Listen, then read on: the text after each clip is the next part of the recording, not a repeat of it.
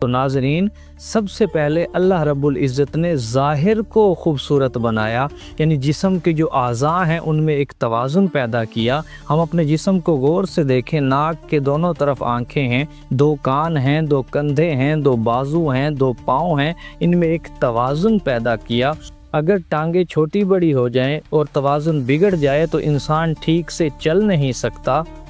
اسی طرح جسم کے تمام اعضاء میں ایک توازن اور اعتدال پیدا کیا۔ ہم جب کسی کو دیکھتے ہیں کہ کوئی ذہنی طور پر معذور ہو تو ہم کہتے ہیں کہ اس کا ذہنی اور دماغی توازن ٹھیک نہیں ہے۔ کیوں کہتے ہیں؟ کیونکہ جو توازن اللہ رب العزت نے رکھا وہ بگڑ جاتا ہے، جس کا نتیجہ یہ ہوتا ہے کہ سوچنے سمجھنے کی صلاحیت ختم ہو جاتی ہے۔ اور دوسری موڈیفیکیشن اللہ نے کیا کی؟ اللہ نے فرمایا وَنَفَخْتُ فِيهِ مِن رُوحِي، کہ میں آدم کے باطن میں اپنی روح پھونکوں گا۔ اب اللہ رب العزت تو روح سے پاک ہے، تو اللہ نے یہ کیوں کہا کہ میں اپنی روح پھونکوں گا؟ تو اس سے مراد یہ ہے کہ اللہ رب العزت نے انسان کے باطن میں اپنے نور کا ایک چراغ روشن کر دیا۔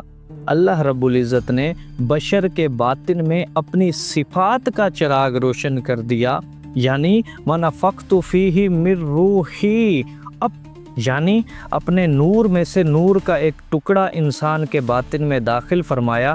پھر ملائکہ کو فرمایا کہ تم سب سجدے میں گر پڑنا، فَقَعُوا لَهُ سَاجِدِينَ۔ یہاں قابل غور بات یہ ہے کہ بشر بناتے وقت نہیں کہا کہ سجدہ کرو، بلکہ جب کہا فَإِذَا سَوَّيْتُهُ وَنَفَخْتُ فِيهِ مِن رُوحِي، جب انسان کے باطن میں اپنے نور میں سے نور داخل کیا، اپنی روح پھونکی تو کہا کہ اب سجدہ کرو۔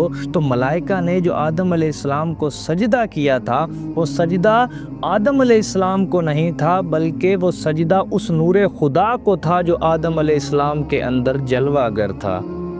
وہ سجدہ اس چراغ باطن کو تھا جو نور خدا کی شکل میں آدم علیہ السلام کے باطن میں روشن تھا۔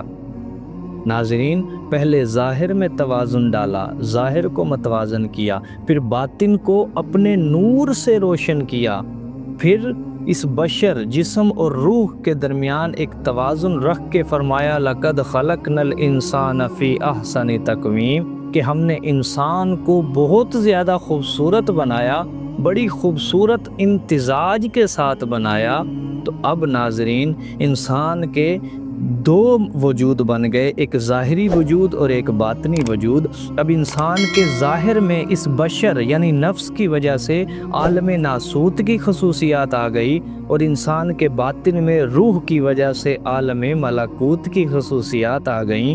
اب انسان ایک عجیب مرکب بن گیا، نہ تو وہ نرا نور بنا روح کی وجہ سے، اور نہ ہی اس نفس اور بشر کی وجہ سے نری تاریکی بنا، یعنی انسان نہ تو فرشتہ بنا اور نہ شیطان بنا، مگر انسان کے اندر شیطان بن جانے کے امکانات بھی موجود ہیں۔ آپ دیکھتے ہیں کچھ لوگ انسان ہونے کے باوجود بھی شیطان بن جاتے ہیں، اور اسی انسان کے اندر فرشتہ بن جانے کی صلاحیتیں بھی ہیں۔ اسی لیے انسان ایسے بھی ہیں جو ملائکہ سے بزرگ و بدتر بن جاتے ہیں، ملائکہ ان کی زیارت کے لیے اترتے ہیں اور ملائکہ ان کی حفاظت کے لیے اترتے ہیں۔ اب بشر کیا ہے؟ بشر وہ وجود ہے، وہ جسمانی وجود ہے جس کو گارے اور مٹی سے بنایا، اور انسان کیا ہے؟ اب انسان وہ ہے کہ اس بشری خصوصیات کو بیلنس کرنے کے لیے وَنَفَخْتُ فِيهِ مِن رُوحِي، جو اپنی روح پھونکی، وہ نور الانوار تھی، وہ سب سے طاقتور نور داخل کر کے پھر فرمایا کہ ثُمَّ رَدَدْنَاهُ أَسْفَلَ سَافِلِينَ، پھر ہم نے انسان کو اس بڑی ہلاکت والی دنیا میں بھیج دیا، اس مادی دنیا میں، اس عالم ناسوت میں منتقل کر دیا۔ ناظرین، جب ملائکہ نے کہا تھا وَمَن يُفْسِدُ فِيهَا وَيَسْفِكُ الدِّمَاءَ، کہ باری تعالیٰ یہ قتل و غارت کرے گا، خون بہائے گا، تو فرشتے صرف اس ظاہری بشر کے اجزاء کی خصوصیات کو دیکھ رہے تھے جن اجزاء سے وہ بشر بنایا جا رہا تھا، اسی لیے انہوں نے کہا کہ یہ خون ریزی اور قتل و غارت کرے گا۔ اسی طرح ابلیس کا سجدے سے انکار کرنا اس بات کی نشاندہی کرتا ہے کہ ابلیس کی نظر اس پیکر خاکی کی تخلیق میں استعمال ہونے والی مٹی کی کثافت اور آگ کی حرارت جیسی اشیاء اور کل اجزائے ترکیبی ہوا، مٹی، آگ، پانی ان کے خاص اور خصوصیات پر تھی جن کو بشر کہا گیا، مگر ابلیس کی نظر اس نور خدا کو نہ دیکھ سکی جو نفخ روح کے ذریعے اس پیکر خاکی کو فیوزات الہیہ اور انوار و تجلیات الہیہ سے سرفراز فرما رہی ہے۔ صوفیاء نے کیا خوب کہا ہے، اے خاک کے پتلے تجھے ادراک نہیں ہے، کچھ اور بھی ہے تیرے اندر فقط خاک نہیں ہے۔ مولانا رومی رحمۃ اللہ علیہ فرماتے ہیں کہ ہر انسان کو فقط بشر سمجھنا اور اس کے باطنی فضائل پر نظر نہ کرنا یہ شیطانی نظر ہے، کیونکہ شیطان نے حضرت آدم علیہ السلام کے ظاہری جسم کو تو دیکھا مگر ان کے باطنی اوصاف پر نظر نہ کی۔ حضرت سخی سلطان باہو رحمۃ اللہ علیہ فرماتے ہیں کہ کیا تو آدمی کو محض خاکی و خام سمجھتا ہے؟ ارے اس فانوس کو خالی نہ سمجھ بلکہ اس کے اندر ایک نوری چراغ روشن ہے، یعنی انسان کے باطن میں نور خدا کی شکل میں چراغ باطن روشن ہے۔ کسی نے کیا خوب کہا ہے، وہ جو ایک نقطہ نور تھا میری عقل میرا شعور تھا، جو سمجھ لیا تو صنم بنا، جو نہ سمجھ سکے تو خدا ہوا۔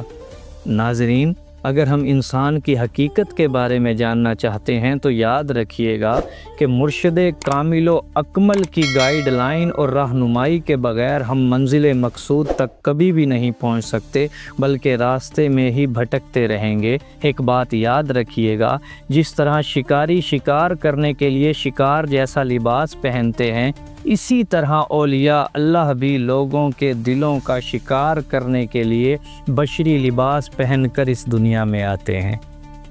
سبحان اللہ۔ ناظرین، اللہ رب العزت کی ذات بشکل روح ہمارے اندر موجود ہے۔ من عرف نفسہ فقد عرف ربہ، جو شخص اپنے اندر کا سفر طے کر لیتا ہے وہ اپنے نفس کو پہچان کر اپنے رب تک پہنچ جاتا ہے۔ لیکن یاد رکھیے گا یہ کام بغیر کامل و اکمل مرشد کی رہنمائی کے ممکن ہی نہیں، لہٰذا جب ہم کسی اللہ والے کی صحبت میں بیٹھیں گے تو ضرور بالضرور اپنی حقیقت کو پہچان لیں گے۔ اللہ رب العزت سے دعا ہے کہ ہمیں نفس یعنی بشر کے شر سے محفوظ فرما کر ہمارے دلوں میں نور معرفت نصیب فرمائے، آمین ثم آمین۔ ناظرین، اگر آپ کو ویڈیو پسند آئی تو اسے لائک کیجئے گا، شیئر کیجئے گا اور چینل کو سبسکرائب کیجئے گا تاکہ آپ کا اور ہمارا رابطہ بنا رہے۔